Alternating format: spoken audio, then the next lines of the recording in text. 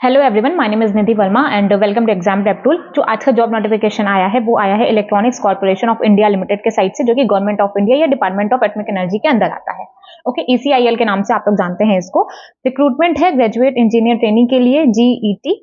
और देखो, ये कंपनी का प्रोफाइल है कि कंपनी के बारे में बताया गया है कि वो किस सेक्टर में काम करता है। Sector like nuclear defence, aerospace, information technology, telecom, network, homeland security, CBRN, ये सारी चीजें है ना, ये सिर्फ कंपनी के बारे में बताया गया है। कंपनी का प्रोफाइल क्या है कि अगर आपको नहीं नॉलेज है कि ईसीआईएल क्या है, तो आप ये कंपनी का प्रोफाइल पढ़ोगे तो आपको आइडिया लग जाएगा। साथ ही साथ इसका कोलैबोरेशन भी है with national research and development laboratories as well as academic institutes.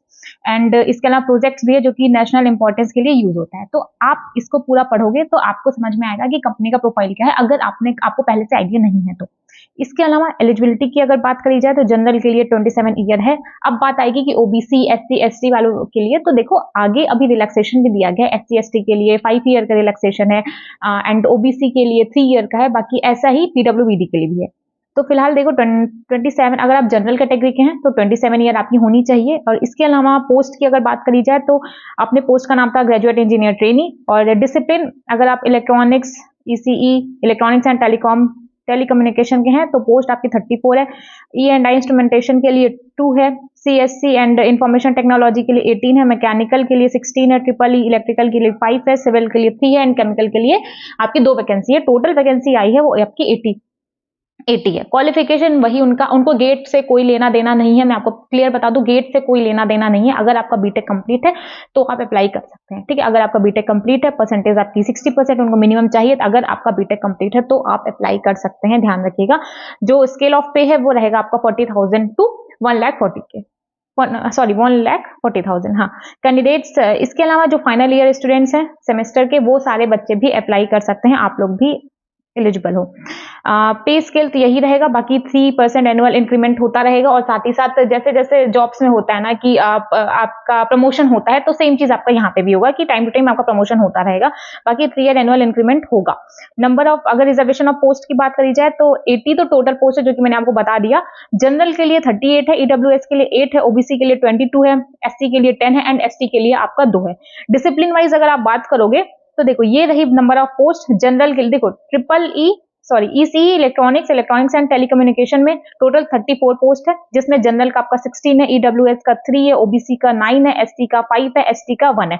इसी तरीके से यहाँ पे जितने भी दिए गए हैं ना, बाकी के जो 6 डिसिप्लिन और दिए गए हैं, ये उसके बारे में है कि हाँ ऐसा ऐसा है। तो टोटल नंबर ऑफ पोस्ट 80 है। जनरल कैंडिडेट्स के लिए 38 है, ईडब्ल्यूएस के लिए 8 है, ओबीसी का 22 है, एससी का 10 है एंड एसटी का 2 है। अगर आपको इसका पीडीएफ चाहिए तो आपको डिस्क्रिप्शन में मिल जाएगा, वहां से जाके एक बार चेक कर लीजिएगा। नेक्स्ट अगर बात करी जाए रिलैक्सेशन का, जो कि मैंने आपको पहले बता दिया कि अगर आप एससी एसटी से बिलोंग करते हैं तो 5 ईयर का एज रिलैक्सेशन है। अगर आप ओबीसी के हैं तो 3 ईयर का है। बाकी अगर आप पीडब्ल्यूबीडी के हैं तो आपका 10 ईयर का एज रिलैक्सेशन आपको मिलेगा। क्वालिफिकेशन 60% मार्क्स उनको चाहिए मिनिमम। बाकी अगर आप एससी एसटी कैंडिडेट हैं तो 50% चाहिए, तब भी उनको 50% चाहिए। मेथड ऑफ सिलेक्शन उनका 2 प्रोसेस में होगा, एक होगा आपका सीबीटी और दूसरा होगा पर्सनल इंटरव्यू। और रेशियो होगा 85% और 15%। मतलब जो वेटेज होगा सीबीटी एंड पर्सनल इंटरव्यू का होगा, सीबीटी का है 85% और पर्सनल इंटरव्यू का रहेगा 15%। तो जब आपका कंप्यूटर बेस्ड टेस्ट आपका क्वालिफाई हो जाएगा, उसके बाद वो आपका डॉक्यूमेंट वेरिफिकेशन के लिए डालेंगे, आपका डॉक्यूमेंट भी वेरीफाई हो जाएगा, तब वो आपको पर्सनल इंटरव्यू के लिए बुलाएंगे। आप वहां पे भी सिलेक्ट हो जाते हैं तो फिर मजे ही मजे, फिर जॉब आपकी। नेक्स्ट यही है कि अगर आपका सीबीटी आप एलिजिबल हो गए, सीबीटी आपका क्लियर हो गया है, तो उसके बाद आप पर्सनल इंटरव्यू के लिए एलिजिबल होंगे। जो सीबीटी का सिटी है कि सीबीटी कहाँ कहाँ कंडक्ट कराएगा, हर जगह नहीं कंडक्ट करा सकते, तो कुछ पर्टिकुलर सिटीज हैं जैसे कि बैंगलोर, चेन्नई, हैदराबाद, मुंबई, न्यू दिल्ली एंड कोलकाता। इसमें से आपको कोई भी एक सिटी सेलेक्ट कर लीजिएगा जो भी आपके घर के आसपास हो, जहां पे भी आप रहते हो, तो यहाँ पे आपको सिटी मिल जाएगी जहां पे आपका सीबीटी कंडक्ट कराया जाएगा। इसके अलावा क्वेश्चन की अगर बात करी जाए तो 120 मिनट रहेगा। टोटल 120 मिनट में आपको 100 क्वेश्चन करने रहेंगे।